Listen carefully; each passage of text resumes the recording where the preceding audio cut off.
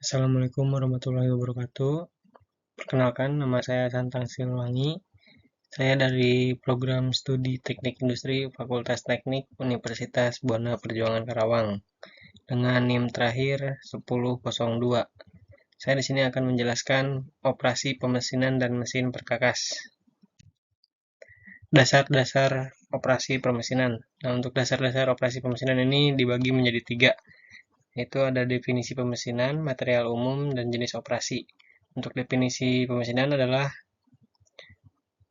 proses menghilangkan material dari benda kerja untuk membentuk produk akhir dengan dimensi dan bentuk yang diinginkan. Untuk material umum yang sering diproses meliputi logam, yaitu seperti baja, aluminium. Untuk polimer ada plastik, dan untuk komposit ada serat karbon.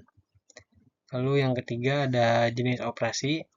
Operasi pemesinan utama mencakup pengubutan, fries, pengeboran, dan gerinda, masing-masing dengan fungsinya. Lalu ada jenis-jenis operasi pemesinan.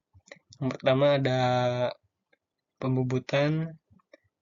Pembubutan menggunakan pahat membentuk benda kerja yang berputar, digunakan untuk poros dan komponen silindris. Produk komponen otomotif meningkat 30% dengan menggunakan mesin CNC, bubut CNC. Lalu ada fries, itu dengan menggunakan alat potong berputar untuk menghilangkan material, idealnya untuk cetakan dan komponen kompleks. Di sini ada operasi pengeboran dan gerinda.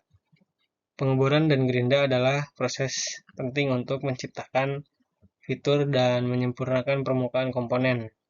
Nah, ini ada penjelasan terkait pengeboran dan gerinda. Pengeboran membuat lubang presisi dengan mata bor berputar untuk baut, pin, dan perencang. Mesin bor CNC mengurangi waktu siklus hingga 25% dibandingkan manual. Lalu ada gerinda, menghaluskan permukaan dengan roda abrasif, digunakan untuk finishing permukaan dan mempertajam alat. Tingkat kekerasan permukaan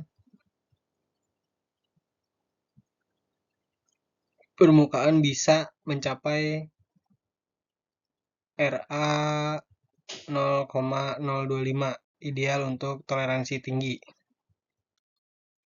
Nah, ini ada mesin perkakas utama, yaitu ada mesin bubut, mesin fresh, mesin gerinda. Mesin bubut untuk membentuk benda kerja silindris tersedia dalam versi konvensional dan CNC untuk akurasi yang lebih tinggi. Lalu ada mesin fresh untuk menghilangkan material dengan alat potong berputar. Nah, ini kemampuannya untuk menciptakan geometri kompleks seperti vertikal dan horizontal. Mesin gerinda berfungsi untuk menghaluskan permukaan hingga toleransi tinggi, digunakan untuk finishing permukaan dan silindris.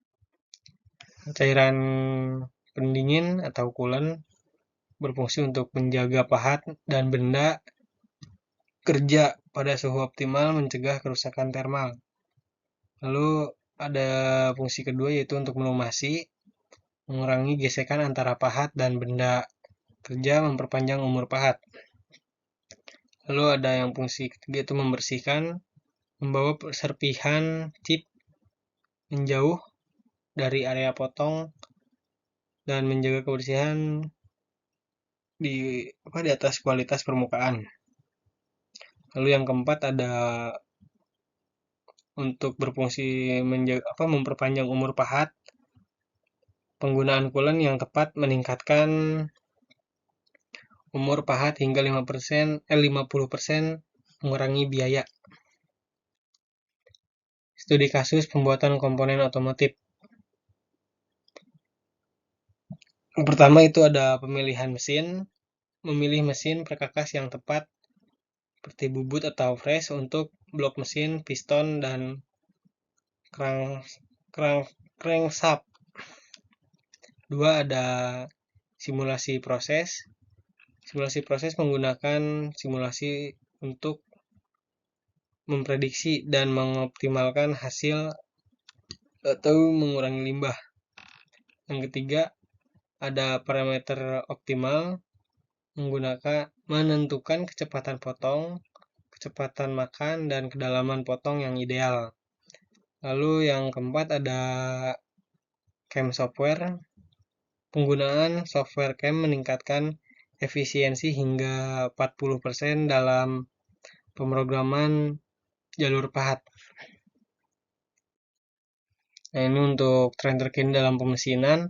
Pemesinan berkecepatan tinggi atau HSM memanfaatkan kecepatan potong dan kecepatan makan tinggi untuk produktivitas superior, peningkatan produktivitas 20 sampai 30 dengan HSM. Lalu yang kedua ada pemesinan kering atau dry machining, proses tanpa menggunakan cairan pendingin mengurangi dampak lingkungan dan biaya. Ini untuk yang ketiga ada additive manufaktur atau pencetakan 3D melengkapi pemesinan, memungkinkan bentuk kompleks dan prototipe cepat. Ini untuk kesimpulannya adalah yang pertama itu pusat manufaktur dalam proses operasi pemesinan menjadi inti produksi modern.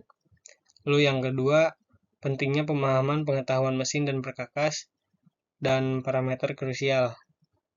Lalu yang ketiga itu ada inovasi berkelanjutan. Inovasi meningkatkan efisiensi dan kualitas.